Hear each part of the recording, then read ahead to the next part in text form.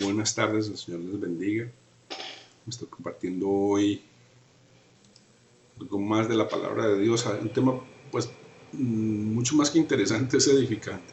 O sea, el propósito de la palabra no es hacernos a nosotros grandes, mostrarnos como tremendos predicadores, como gente muy elocuente, no.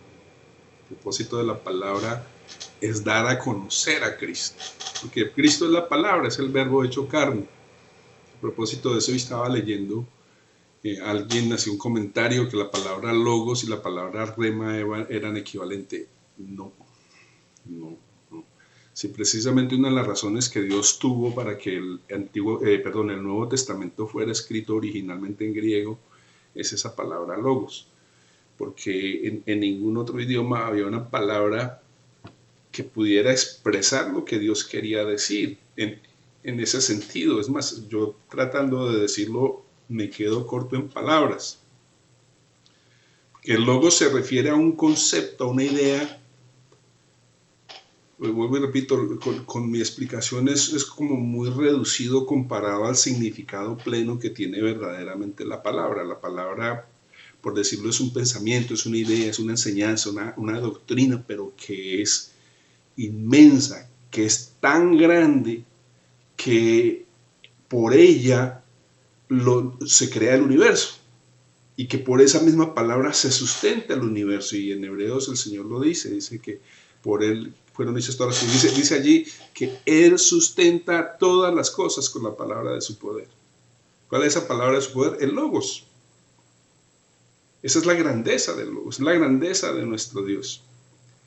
Entonces, lo que hacemos es precisamente para exaltar a ese Logos, exaltar el nombre de Cristo, porque ese fue el orden que Dios el Padre, pues es lo que Él escogió. Él decidió poner todas las cosas bajo los pies de su Hijo. Y en otra parte dice que reunir en Él todas las cosas. Entonces es supremamente importante que entendamos eso. Vamos a orar. Como lo decía en esta introducción, no se trata de que aparezcamos como grandes, sino que el que sea glorificado, el que aparezca como grande, sea Él. Que nosotros no seamos las estrellas. Yo no sé de dónde algunas personas han creído que el Evangelio existe, que el Evangelio se predica para hacerlos grandes estrellas, para prosperarlos económicamente, para hacerlos famosos, exitosos. No, eso no es lo que dice la palabra. Exitosos sí, pero en el sentido de lo espiritual, en el sentido de lo eterno. Ahora, si es necesario que para eso eterno el Señor decida que hay necesidad de éxito y de poder, bueno, y buena fama en este mundo, pues Él lo hará. Pero la intención del Señor es otra.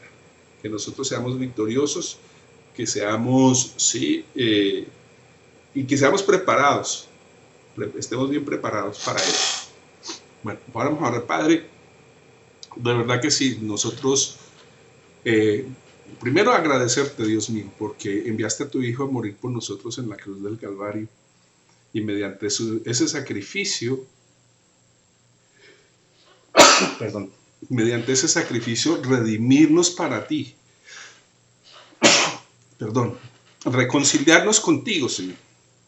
Reconciliarnos contigo, restablecer nuestra comunión contigo y atraernos a ti y hacernos coherederos juntamente con Jesucristo tu Hijo y hacernos hijos juntamente con Él mediante ese sacrificio, mediante el derramamiento de su sangre. Así que en esta hora, Señor, pedimos que el nombre de Cristo sea exaltado en este tiempo que apartamos para compartir tu palabra santa, esa palabra que produce en nosotros la vida. Es palabra que es luz, lumbrera nuestro camino y lámpara a nuestros pies. Señor, permítenos estar ocultos en Cristo y que Él sea visible en esta hora, Señor, que sea aplicada a nosotros esa enseñanza de tu palabra, que estamos muertos juntamente con Él, para con Él vivir la vida de resurrección, la vida de poder. Te lo pedimos a ti, Padre Celestial, en el nombre de Jesús. Amén. Bueno, algo de lo que vamos a estar hablando, vamos a hablar un poco acerca del tabernáculo. El tabernáculo es el lugar de morada el lugar de encuentro, de comunión de Dios con el hombre.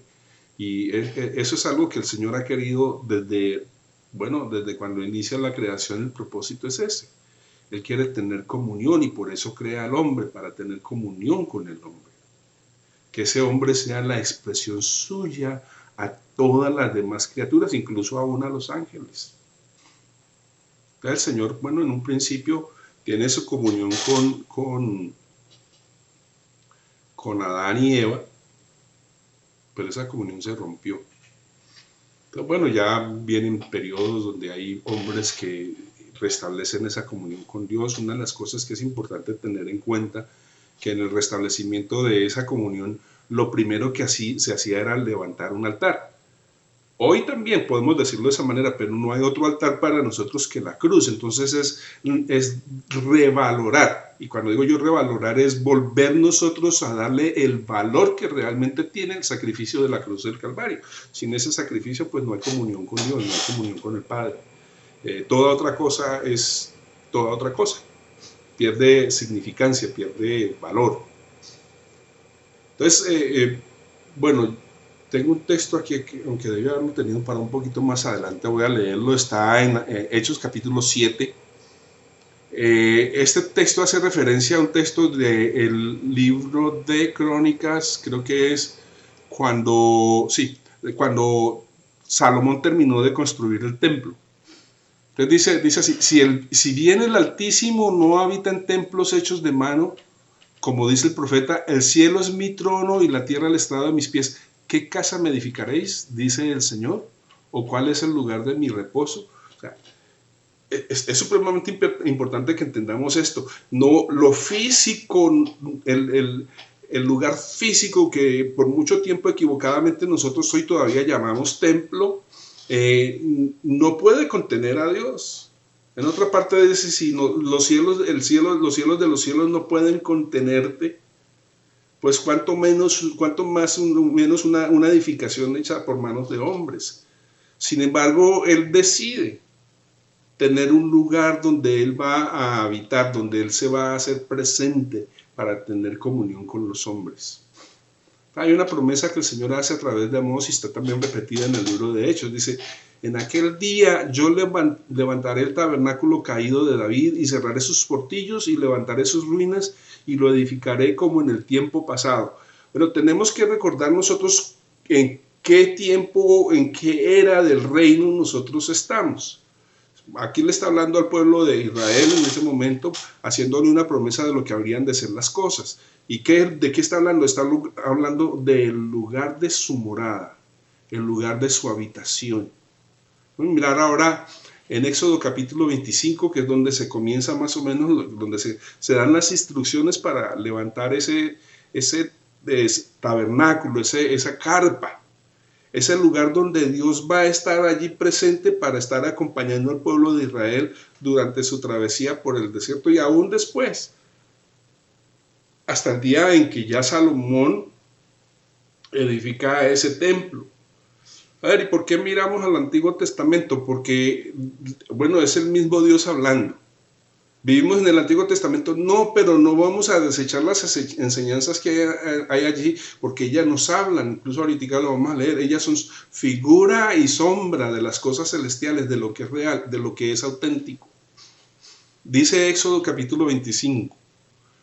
Jehová habló a Moisés diciendo: di a los hijos de Israel que tomen para mí ofrenda de todo varón que la diere de su voluntad. De corazón tomaréis mi ofrenda.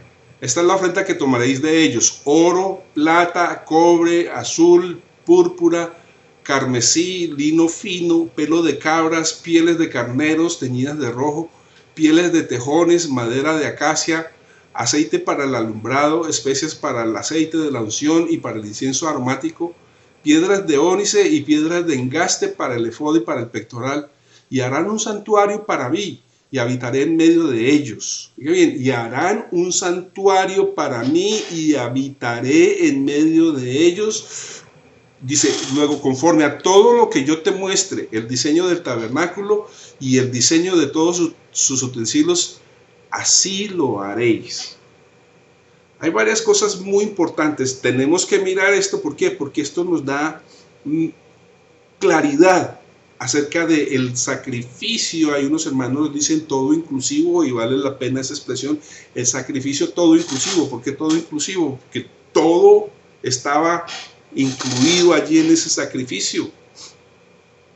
Todo lo que era necesario para la salvación nuestra y todo lo que es necesario para nuestra comunión con Dios. Entonces hay algunos aspectos de ese tabernáculo que no algunos, prácticamente todos realmente, nos hablan de Cristo, de diferentes facetas de Cristo. Dice entonces el Señor en Éxodo capítulo 29, esto será el holocausto continuo por vuestras generaciones a la puerta del tabernáculo de reunión delante de Yahvé, en el cual me reuniré con vosotros para hablaros allí. Allí me reuniré con los hijos de Israel, y el lugar será santificado con mi gloria, y santificaré el tabernáculo de reunión y el altar. Santificaré asimismo a Aarón y a sus hijos para que sean mis sacerdotes, y habitaré entre los hijos de Israel y seré su Dios. Y conocerán que yo soy Jehová su Dios, que los saqué de la tierra de Egipto para habitar en medio de ellos. Yo, Yahvé, su Dios. O sea, hay unas frases ahí importantísimas. Aplican para nosotros el día de hoy. ¿Para qué fuimos nosotros sacados del mundo? ¿Para qué fuimos liberados del pecado? ¿Para qué el Señor nos libró de la oscuridad y nos trajo a su luz? Para habitar en medio de nosotros. Bueno, ya no es en medio, sino para habitar en nosotros. Por eso hay algunas cosas que son indispensables que nosotros las entendamos como creyentes. O sea, esto no es una cuestión de intelectualidad, ni de emoción, ni de sentimiento. Esto es algo que es muy del espíritu. Y es el espíritu el único que puede ayudarnos a entender con claridad estas cosas.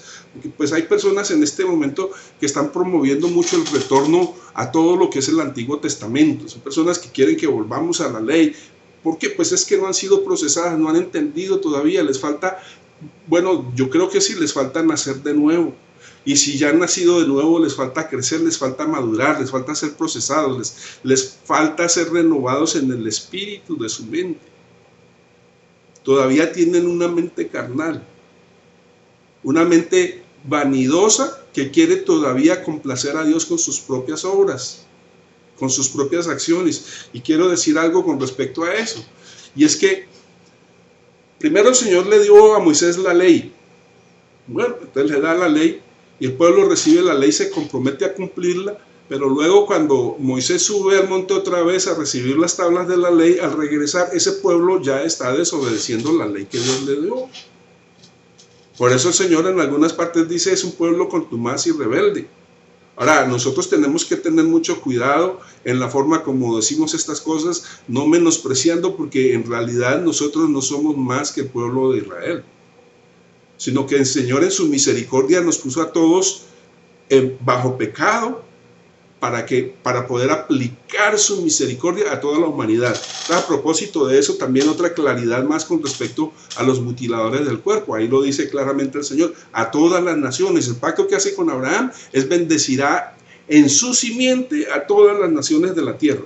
No solamente al pueblo de Israel, sino a toda lengua, a toda tribu y a toda nación. O sea que no tenemos que volvernos israelitas. Si lo somos, pues bueno, qué bendición. Si no lo somos, qué bendición, que nos libraron de todas maneras.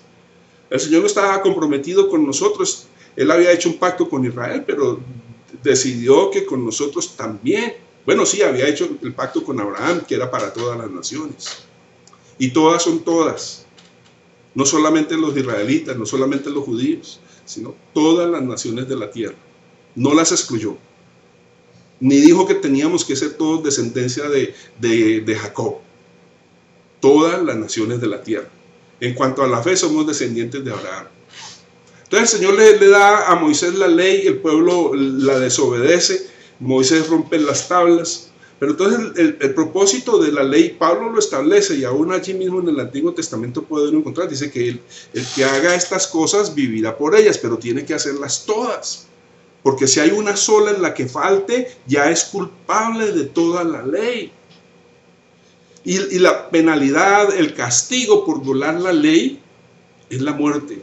Se la paga del pecado es la muerte. Pero dice, mas la dádiva de Dios es dádiva, es un regalo. Y es gratuito, no tenemos que pagar por él.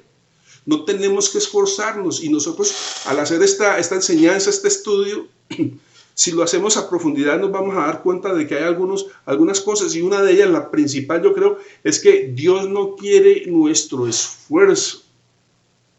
Hoy no vamos a tratar el tema de las vestiduras de los sacerdotes, pero les ordenó unas vestiduras que no los hicieran sudar, porque Él no quiere nuestro esfuerzo. Él no quiere nuestro sudor.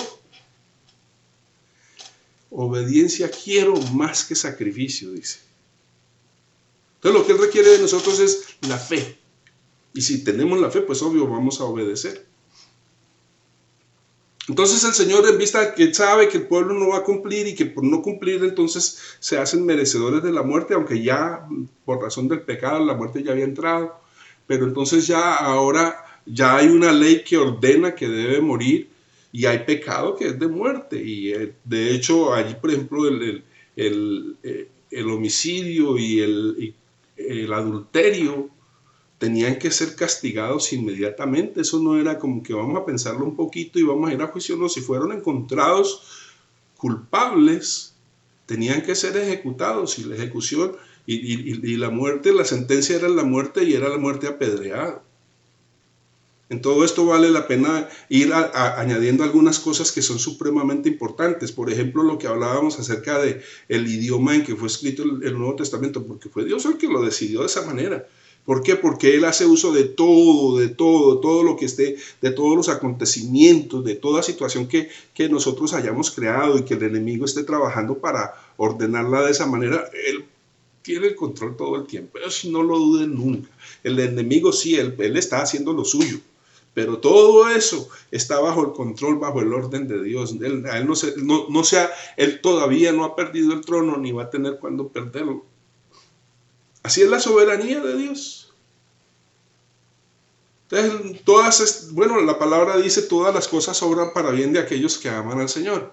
Entonces, en vista de que Él sabe que ellos no van a poder cumplir esa ley, que son culpables de muerte, entonces manifiesta ahora su misericordia. Y en su misericordia, a pesar de que sabe que van a desobedecer, entonces les ordena edificar un tabernáculo, un lugar donde van a tener comunión con Él. Y como por las obras de la ley el hombre no se puede acercar a Dios, porque no puede, porque no cumple la ley, no en su cabalidad, entonces Dios ordena el tabernáculo para que Él more allí, pero para acercarse a ese lugar no se puede acercar sin sangre. Tiene que haber muerte de por medio, algo tiene que morir. Y pues como Él no quiere la muerte del pecador, entonces Él acepta un sustituto. Pero entonces lo que yo quiero, lo que es importante aquí entender es, el hombre no puede cumplir la ley, Dios en su misericordia entonces les ofrece una salida, algo que permita tener esa comunión con Él. ¿Cuál es la solución? El tabernáculo. Mientras estaban en el desierto, el tabernáculo, después ya vino el templo. Entonces la orden de edificar el tabernáculo fue dada a Moisés luego de que se diera la ley en el monte Sinaí. Ya vimos, desobedeció. Éxodo 24:7 nos dice eso.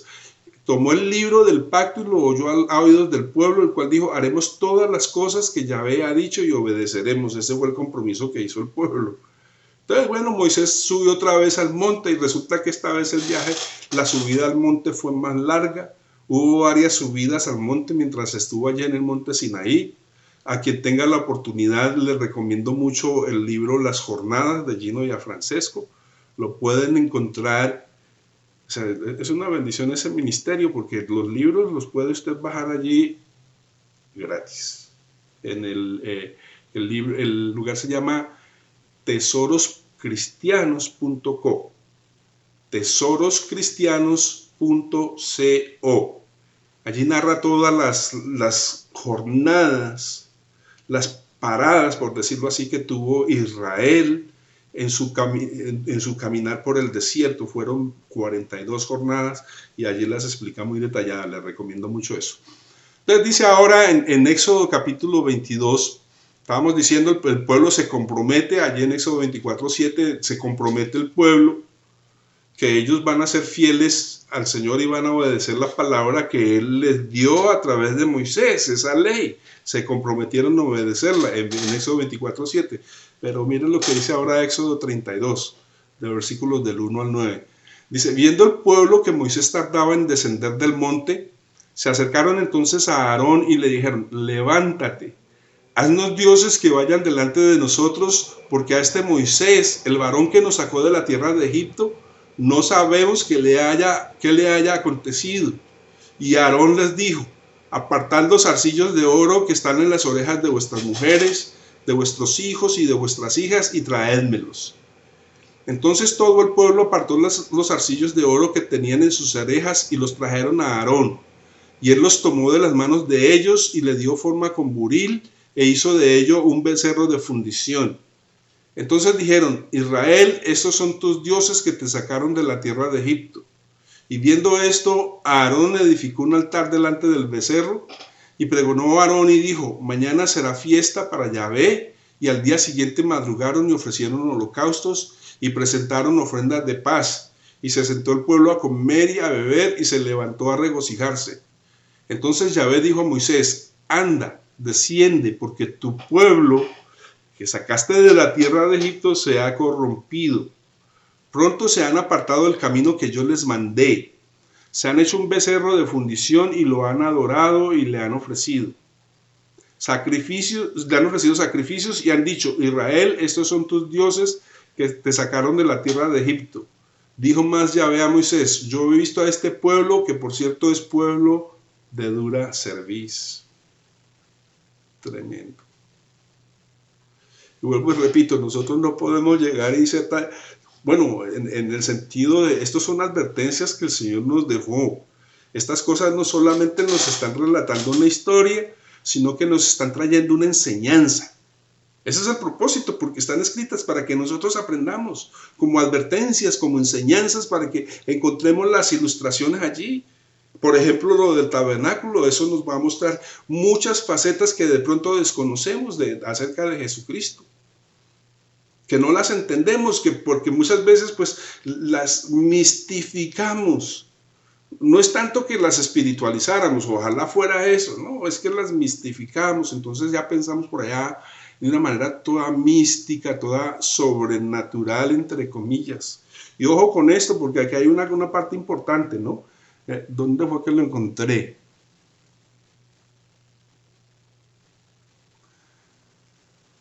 Hay un aspecto que no lo encuentro allí, pero habla acerca... ok, sí, tenía que ver con esto, porque ahí habla de cuando salieron de Egipto, el Señor los sacó de Egipto, dice, el varón que nos sacó de la tierra de Egipto, recuerden cómo fue esa salida. Fue con demostraciones de poder. Esto es importantísimo también para los tiempos que estamos viviendo.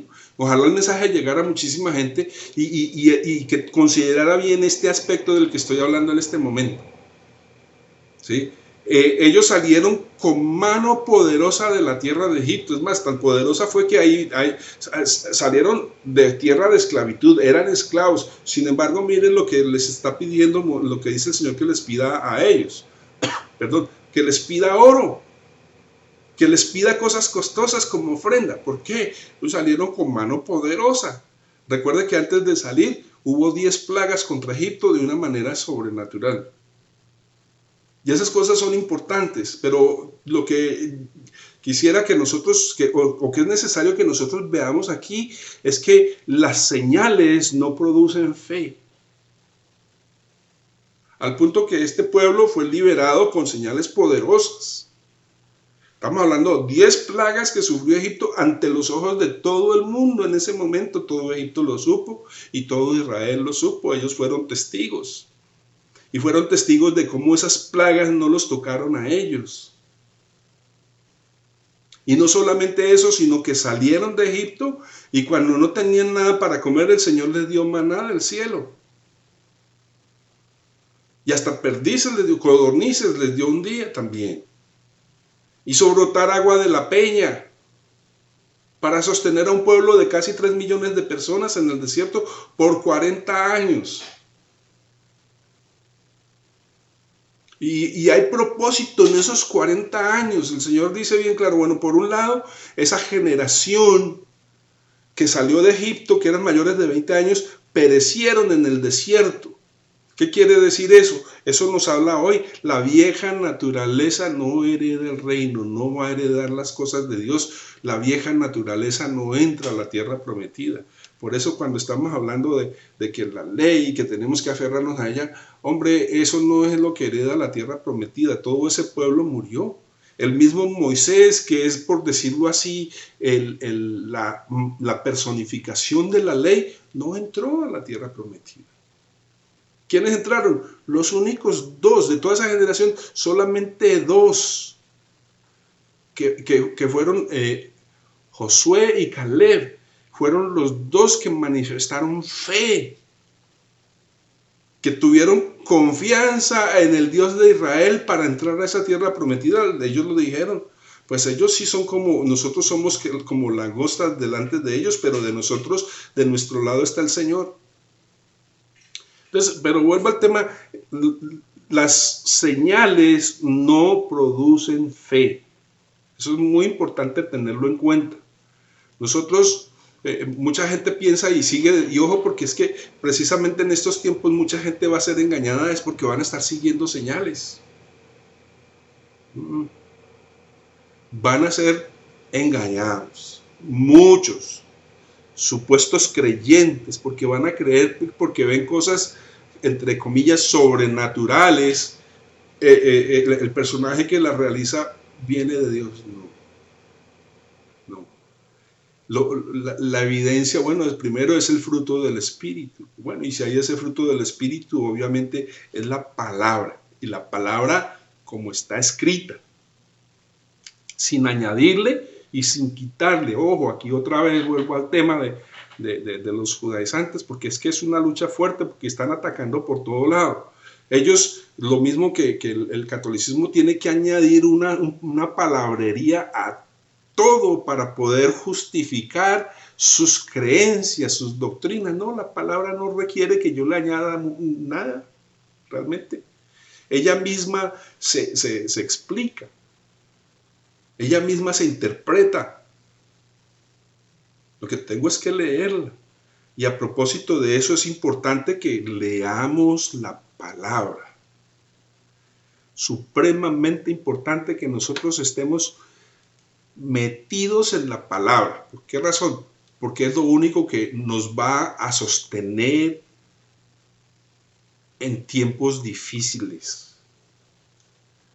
En los tiempos que vienen solo nos vamos a poder sostener si está en la palabra. Bueno, entonces llegamos a este punto, el pueblo se ha corrompido, está ofreciéndole sacrificios a otros dioses, a pesar de todos los prodigios y milagros que ellos vieron al salir de Egipto. Y los que vieron después en el desierto, comida, agua, la ropa les duró sus 40 años. Hubo hasta sanidad, porque cuando fueron mordidos por serpientes, el Señor les dijo qué hacer. Y a propósito, todo eso, no me gusta usar la palabra simbólico, porque es mucho más que un símbolo. Existe algo que se llama, se me fue la palabra, pero es como es tipología, es un tipo de Cristo. La serpiente es un tipo de Cristo que tenía que ser levantada y todos tenían que mirar a ella. Nosotros tenemos que mirar a Cristo para sacar de nosotros el veneno del pecado. Entonces todo este pueblo ve todos estos prodigios, todos estos milagros, y sin embargo, ojo, ¿qué pasó con ellos? Desobedecieron. Y le traen a Aarón toda clase de cosas de oro para que él, de verdad que nosotros los hombres somos cosa muy seria. Porque cuando baja a Moisés y le dice a Aarón, dice, no, yo eché esto al fuego y pum, me apareció ese becerro. Sí, claro, él no le dio forma a nada, no hizo ningún molde, eso solito. Eso está como lo de la evolución, cuentos reforzados. Sigo con la palabra. Entonces dice, yo he visto que este pueblo, está mostrando ahí la obstinación del pueblo, la inclinación a la maldad del pueblo de Israel. Ahí en esta parte, más es verdad que Dios habitará con el hombre en la tierra. He aquí los cielos y los cielos de los cielos no te pueden contener. Cuánto menos esta casa que te he edificado. Esas son las palabras de Salomón. Pero es la misericordia de Dios para con el pueblo que él ha escogido. Es la misericordia de Dios hoy para con nosotros, que a pesar de que los cielos de los cielos no lo pueden contener, él decide habitar en medio de los hombres. En ese momento, bueno, primero en el tabernáculo y luego aquí en el templo que le edificó Salomón. Y de todo eso también hay muchísimo para mirar. Ojalá tuviera ese entendimiento y esa sabiduría para soltarlo todo, pero pues en las limitaciones que tengo voy a estar compartiendo eso con ustedes, en lo que el Señor nos permita. Bueno, una razón muy importante para el tabernáculo es que Dios quiso habitar entre su pueblo y la única manera posible era mediante la muerte de un sustituto. Entonces Dios quiere habitar, pero a él, ojo con esta parte que es también supremamente importante. ¿Cuál es la dificultad para acercarnos delante de Dios?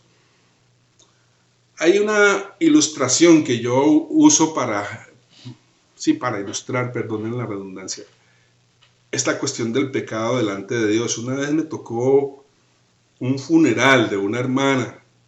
Lamentablemente ella murió en un accidente, se demoraron muchos días en recoger el cuerpo de un humedal, de manera que cuando lo recogieron, pues el cuerpo ya estaba muy putrefacto. Y cuando lo trajeron para el funeral, uy, eso hedía. Eso era un olor insoportable. Y a propósito, no lo hablo por ella porque pues con mis respetos y de todas maneras ella ya hace mucho tiempo se fue. Pero yo creo que considerando eso ahí se nos debiera quedar toda vanidad, sabiendo a lo que somos reducidos después. Bueno, el asunto es que el pecado es peor que el hedor de ese cadáver. Dios no lo puede tolerar, no lo tolera. No lo tolera, es sencillo, es tan sencillo como eso. Pero la peor parte es que si él se acerca allí donde hay el pecado, el pecador muere. O sea, si Dios no tolera el pecado, nosotros no toleramos la santidad de Dios estando en el pecado. No la vamos a tolerar, no tenemos cómo. Un ejemplo, una ilustración de eso le pasó y él no murió, pero es tan grande la gloria de Dios que cuando Juan lo ve, cuando está hablando allí en Apocalipsis, cuando lo ve estando allí, dice que estaba en el espíritu y dice que él cayó como muerto. Y eso que es Juan, el discípulo amado, es Juan el que está pagando, no está comprando su salvación, pero está pagando el hecho de haber creído en una isla, prisionero por razón de Cristo. Y sin embargo, cuando lo ve, dice que él cae como muerto. Esto es muy importante tenerlo nosotros en cuenta. Entonces, de parte de Dios no hay tolerancia al pecado. Y de parte de nosotros no hay tolerancia a la santidad de Dios cuando caminamos en el pecado. Y por esa razón también se hace necesario el tabernáculo. ¿Por qué? Pues es que el tabernáculo, ok, Dios va a estar allí, pero no cualquiera puede introducirse allá solamente porque se le antojó, ¿no? Hay un proceso y nosotros lo miramos hoy. Eso era un ritual. Sí, bueno, llámelo como quiera, pero era indispensable. De otra manera no se podía hacer. Era mucho más que un ritual. Era misericordia de Dios permitiendo que un sustituto muriera en lugar del pecador para poder mantener la comunión con ese pecador. Era necesario y entonces Dios escoge que sea un cordero. Aunque habían otros animales y cada una de esas ofrendas, vuelvo y repito, el sacrificio de Cristo es todo suficiente, todo inclusivo. Porque incluye todos esos aspectos, por decirlo así, ceremoniales. El problema es que pues sobre todo esta gente que está con esta historia hoy de que tenemos que volver a las raíces hebreas, ellos están mirándolo es con su mente natural y no comprenden la realidad del asunto. No comprenden que todo esto está apuntando hacia la persona de Cristo. Y que en él todo eso ya fue cumplido y que por eso todos esos ceremoniales, pues yo no quiero decir abolidos, no, fueron cumplidos. Las demandas, las exigencias de la ley fueron todas cumplidas por el Señor. Entonces Dios quiso habitar entre su pueblo, pero habitar entre su pueblo quería decir que si permanecían en esa condición, iban a morir muchos. Por eso fue necesario, mira, el primer indicio de lo que estoy hablando es lo que ocurrió en Egipto con la plaga de los primogénitos. Tuvieron que poner sangre de un cordero en los dinteles de la puerta, para que esa noche, cuando pasara el ángel, no matara a los primogénitos de Israel. Entonces la sangre era la sangre de una víctima inocente. El corderito no había pecado, era sin mancha, sin defecto. Y a propósito, esta es una de las razones por las que tenemos que leer toda la Biblia para entender, porque cuando Juan aparece y dice, he aquí el Cordero de Dios que quita el pecado del mundo, nosotros que venimos de los gentiles, pues no tendríamos conocimiento de qué quiere decir eso. Pero si entendemos, pero si leemos todo, vamos a entender por qué razón se decía de la manera que se dice. Era necesario. Ustedes me van a tener que perdonar un minutico.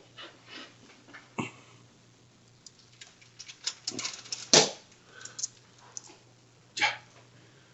Ya se oscureció un poco, pero la luz del sol me estaba dando en el ojo preciso. Ok. Entonces, era necesario que se ofreciera una víctima inocente para que el hombre pudiera tener acceso a Dios. Pero esto era un sacrificio que se ofrecía diariamente. Bueno, aquí estos textos es importante leerlos para que entendamos por qué miramos allá al Antiguo Testamento. Dice Romanos capítulo 15, el versículo 4. Dice, porque las cosas que se escribieron antes, recordemos que en Hebreo dice que Dios habiendo hablado muchas veces y de muchas maneras a nuestros padres por medio de los profetas, a eso se refiere. Las cosas que se escribieron antes.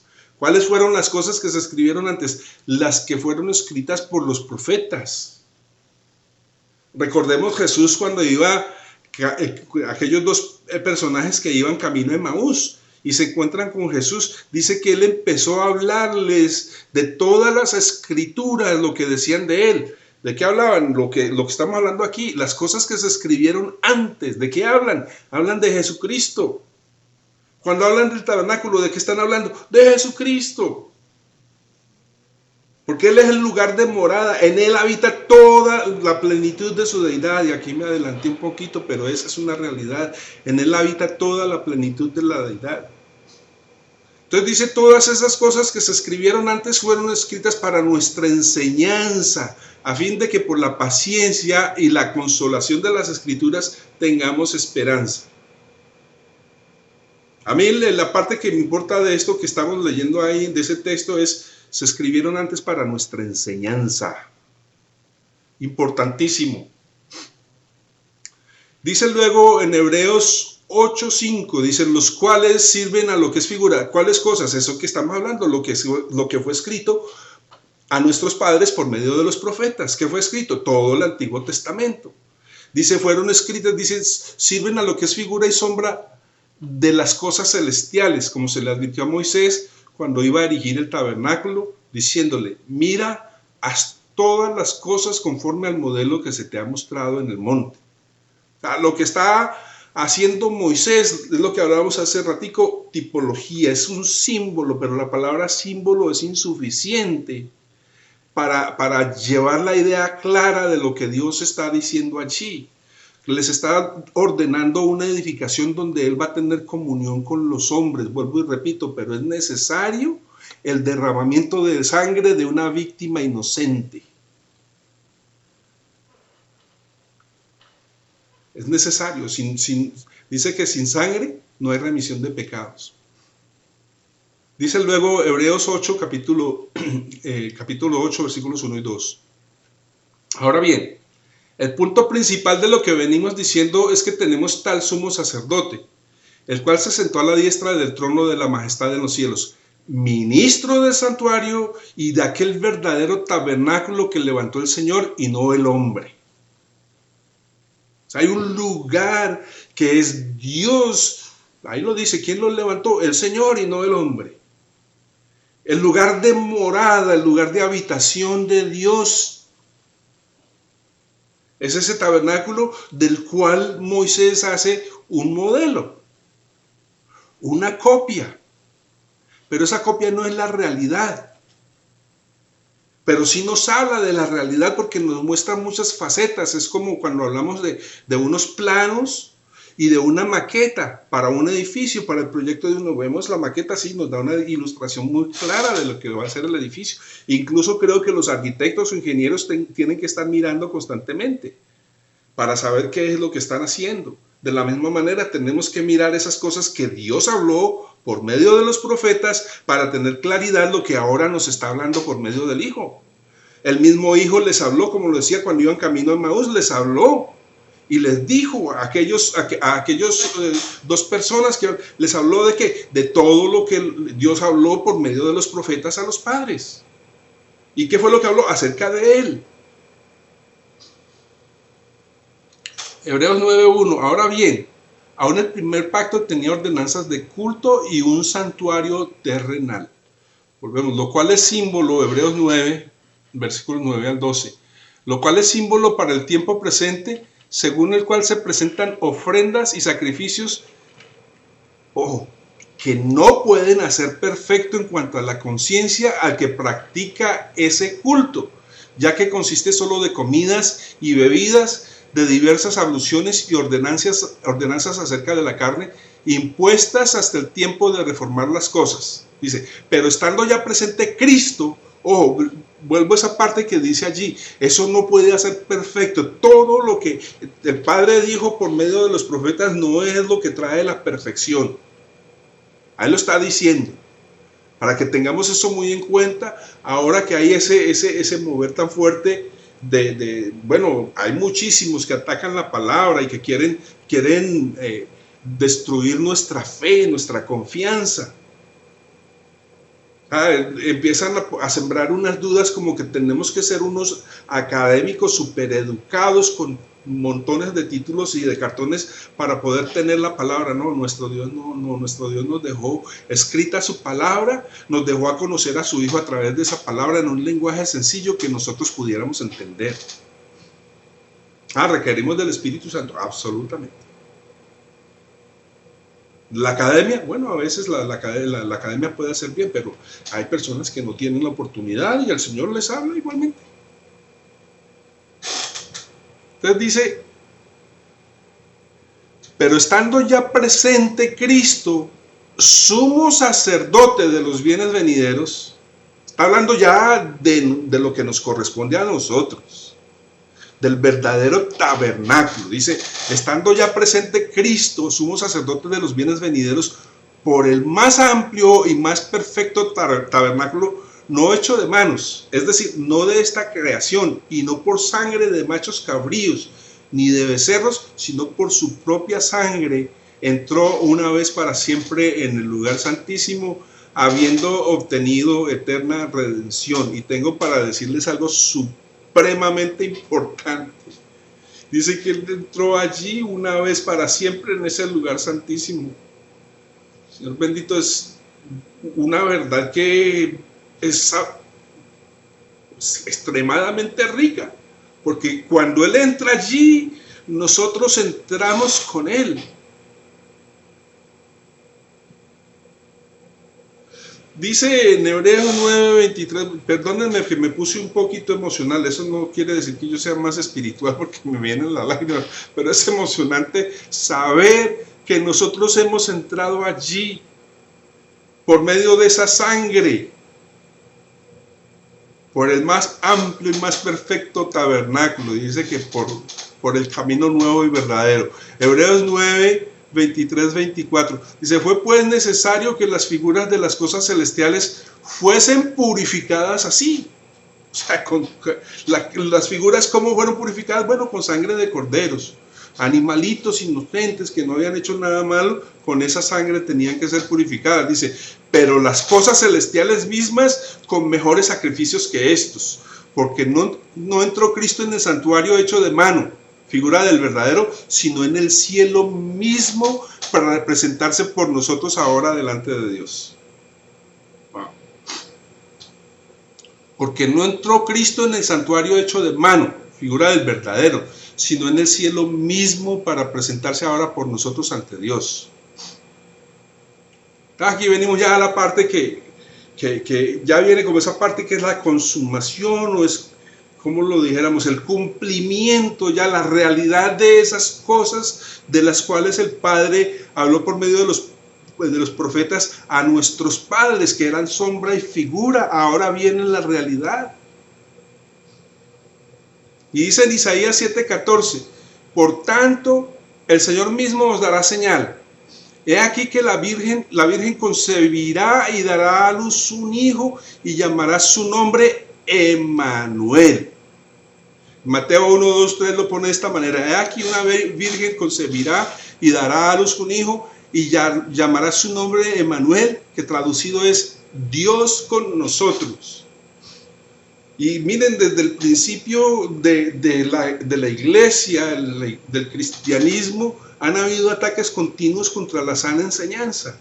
Pero la palabra es muy clara, ahí lo dice, llamará su nombre Emmanuel, que traducido es Dios con nosotros. Otra forma como lo traducen algunos es, Dios hizo su tabernáculo entre nosotros, Dios hizo su tabernáculo entre los hombres. O sea, Dios descendió a hacer su morada entre los hombres. Ya no es un lugar que es una figura, que es una sombra, que es un tipo o que es un símbolo, no. Ahora es la realidad misma. Dios ha venido a morar entre los hombres. Dios tabernaculizó, o sea, hizo su carpa, su campamento.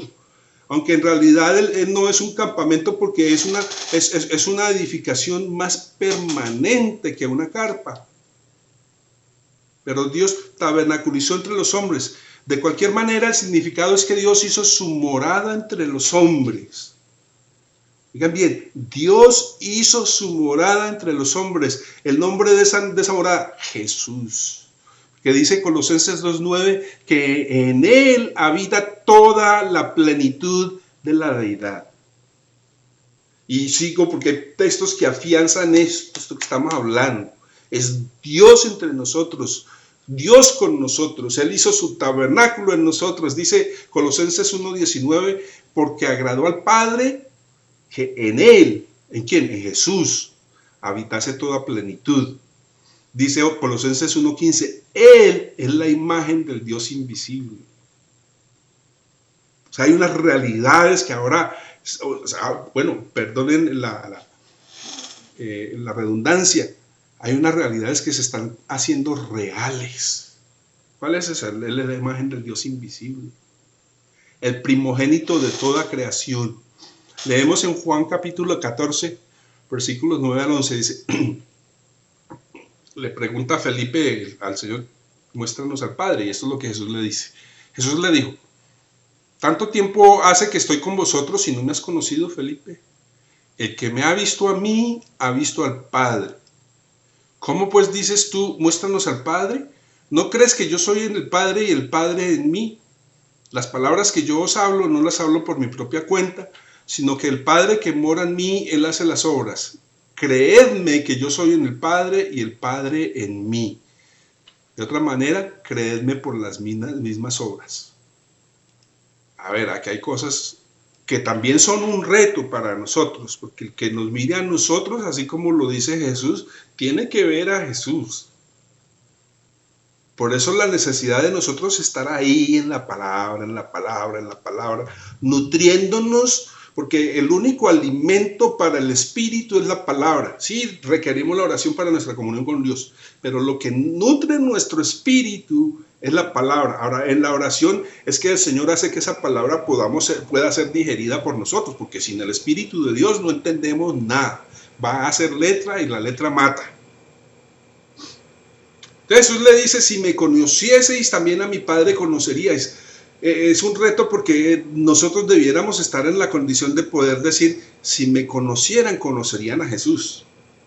Porque lo estamos expresando en toda su plenitud y eso es lo que nos corresponde a nosotros como iglesia, expresarlo a Él.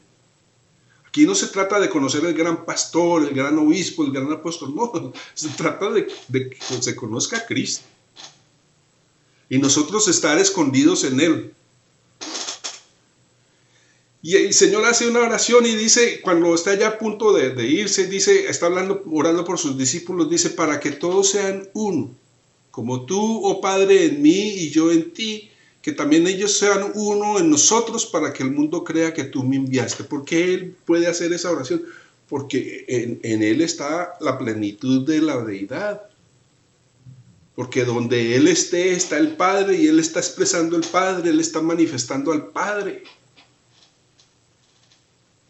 Y hay algo importante, no es es el tema central en todas las enseñanzas, aunque a veces de pronto no lo mencionemos, pero es que el propósito del Padre dice, reunir en el Hijo todas las cosas. O sea, si nosotros tenemos una palabra allí que nos está hablando de cosas, nos está hablando del Hijo.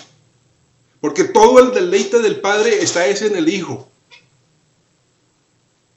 No en nosotros individualmente como personas, como Darío, como fulano, como sutano, no, en Cristo. En Cristo es que está su deleite y entonces Él va a encontrar deleite en nosotros cuando nosotros estamos en el Hijo. Hablábamos casi al principio cuando hablamos de la travesía del pueblo de Israel, cómo aquella generación tuvo que perecer en el desierto, porque la vieja naturaleza no hereda las cosas de Dios. Por eso la necesidad de un nuevo nacimiento. Dice que no podemos echar vino nuevo en odres viejos. Zacarías 14:9 dice, y Yahvé será rey sobre toda la tierra. En aquel día Yahvé será uno y uno su nombre. Y acabamos de hablar de la unidad del Padre con el Hijo, y se habla también de la unidad del Padre con el Hijo y el Espíritu Santo. Que muchas veces porque no conocemos las Escrituras, entonces nos desviamos a pensar que el Padre, el Hijo y el Espíritu Santo son una misma persona. Sí, dice, uno es su nombre. Y a propósito de eso, tener en cuenta en este momento qué es lo que el Señor ha dicho, que el nombre que sobre todo nombre es el nombre de Jesús. Y vuelvo a repetir lo que dije al principio, que también es importante, y que lo tengamos muy en cuenta para defender nosotros la fe que nos ha sido dada a nosotros. El Padre escogió que ese nombre, bueno, en hebreo sí es Yahshua, está bien, y ellos lo pronuncian así, está bien. Pero no tienen que venir a forzarnos a nosotros a que lo pronunciemos de esa manera, si el mismo Padre no solamente fue que lo aprobó, sino que Él mismo decidió que fuera escrito en el griego. Y un testimonio más acerca de esto, de que confirma esta verdad, es que hace poquitos días estaba considerando eso, me vino a la mente el asunto, que cuando a Jesús lo crucificaron, dice que pusieron un aviso encima de la cruz que decía en 3 idiomas, en hebreo, en latín y en griego, Jesús Nazareno, Rey de los judíos, y ninguno protestó en ese momento porque si hubiera usado el nombre latino, la forma latina del nombre de Jesús, ni porque se hubiera usado la forma griega, como hoy en día quieren decirlo que ese es el nombre de un demonio. Ahí sí que el Señor reprenda al diablo. Juan 10:30 dice, yo y el Padre uno somos, pero entonces allí dice bien claro, yo y el Padre somos, no el Padre y yo soy yo, no, dice somos. Luego dice en 1 Corintios 6:19, porque estamos hablando de la habitación de Dios, dice: ¿o ignoráis que vuestro cuerpo es templo del Espíritu Santo, el cual está en vosotros, el cual tenéis de Dios y que no sois vuestros? O sea, que es importante que tengamos en cuenta estas cosas, porque hasta hoy hemos aprendido que la salvación es para que nosotros nos gocemos y nos alegremos individualmente. No, es para que seamos morada de Dios. Y para ser morada de Dios nos requerimos el uno al otro. Porque por mucho tiempo hemos estado separados, pero no, la casa es una sola, no son varias casas, es una sola, muchos miembros. En el tabernáculo de pronto miramos un poquito eso más adelante, pero allí había muchas piezas, muchísimas piezas. En la iglesia también hay muchos miembros. Y entre esos miembros, dice la palabra, dio 5 ministerios: apóstoles, profetas, evangelistas, pastores y maestros. ¿Y por qué es necesario? Porque ellos son, primero, para mantener la unidad del cuerpo y para darle forma al cuerpo. Y por eso miramos allá al Antiguo Testamento, esas cosas que fueron escritas para nuestra enseñanza. Porque ¿cómo se hacía para edificar? Bueno, cada una de estas piezas. Y de la misma manera, cada una de esas piezas es necesaria el día de hoy para edificar el lugar de morada de nuestro Dios, para que de verdad nosotros seamos el templo del Espíritu Santo, porque es que muchos piensan que viviendo por sí solos, por su fe, por su propia cuenta, ya eso es suficiente. No, no, no, no, no, no. Por eso se llama cuerpo, cuerpo. La última vez que yo supe de un dedo que no estuviera unido al cuerpo era un dedo que ya estaba putrefacto. Le entra la gangrena porque no le está fluyendo la vida. Y dice que la vida a nosotros fluye, dice, por las coyunturas y los ligamentos. Hay necesidad de esa unión para que la vida fluya desde la cabeza, que es Cristo, por el resto del cuerpo. Dice 2 Corintios 6:16, ¿y qué acuerdo hay entre el templo de Dios y los ídolos? Pero aquí es por esta frase que dice aquí, por eso yo escogí ese texto. Dice: porque vosotros sois el templo del Dios viviente. Como Dios dijo: habitaré y andaré entre ellos y seré su Dios y ellos serán mi pueblo. Wow. Dice también, ojo, que estamos hablando de esta parte de los miembros. Muchos miembros, un solo cuerpo. Así que, bueno, y más ahora, por los tiempos que estamos viviendo, es absolutamente requerido, es absolutamente necesario que empecemos a despojarnos de un montón de cosas, de impedimentos, entender que lo que tiene aquella congregación, aquella otra congregación, no les pertenece a ellos. Eso que hay allá donde se mueve el Señor de cierta manera, allí se mueve de esta otra manera, eso todo es de un solo cuerpo. Eso no le pertenece a la congregación tal o a la congregación otra, eso es del cuerpo, del cuerpo. Y el cuerpo es uno solo. ¿Cómo van a ser removidas esas barreras? Yo no sé.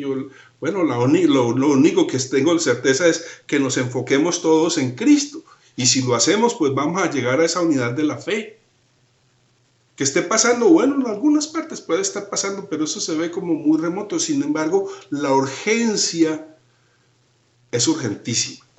Vale la pena la redundancia. Es urgentísima.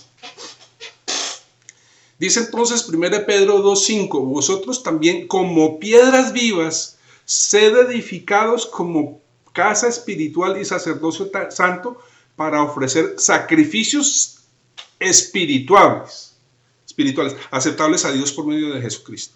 O sea, nada es aceptado por nosotros mismos. Eso lo hablamos ahorita. Nosotros en nosotros mismos no somos aceptos delante del Padre. Por eso se habla, hay muchas formas. El Señor habla de morir diariamente, habla de la renovación del espíritu de nuestra mente, de despojarnos del viejo hombre, de despojarnos del viejo hombre y revestirnos del nuevo. Termino con este texto en Hebreos 3, versículo 6. Dice: pero Cristo como hijo sobre su casa, la cual casa somos nosotros, si retenemos firme hasta el fin la confianza y el gloriarnos en la esperanza. Y es importante entender eso. Nosotros, esa casa somos nosotros, esa casa espiritual. Somos hijos. En la ley eran siervos. Aquí nosotros somos hijos. ¿Sí? La palabra habla de Moisés como siervo, habla él fue fiel como siervo, pero Cristo como hijo sobre su casa. Y esa casa somos nosotros. Vamos a orar. Padre, gracias Señor por tu palabra. Te pido que de verdad ores por tu Espíritu Santo para que ella, o sea, que nosotros la digiramos y que nutra nuestro ser espiritual y que provoque, Dios mío, nos provoque pues bueno, a desear mucho más esa palabra y que provoque a nosotros ser conformados a la imagen de tu Hijo. Hay una palabra antes de terminar, ¿verdad?, que quiero compartir en ese sentido. Es una ilustración que se me viene constantemente y es esta. Usualmente cuando nosotros echamos líquido en un recipiente, por ejemplo, yo tengo un pocillo aquí donde yo tomo café, el líquido va a tomar la forma de esta taza. O sea, el líquido siempre toma la forma del contenido. En el caso de Cristo, del Espíritu Santo, bueno, de Cristo específicamente, nosotros, o sea, el vaso tiene que tomar la forma del contenido, todo lo opuesto a lo físico. Nosotros somos los que tenemos que ser conformados a la imagen de Cristo. No es Cristo el que se tiene que amoldar a nuestro pensamiento, a nuestro razonamiento, a nuestra manera de entender las cosas. Gracias, el Señor los bendiga, que tengan buena tarde.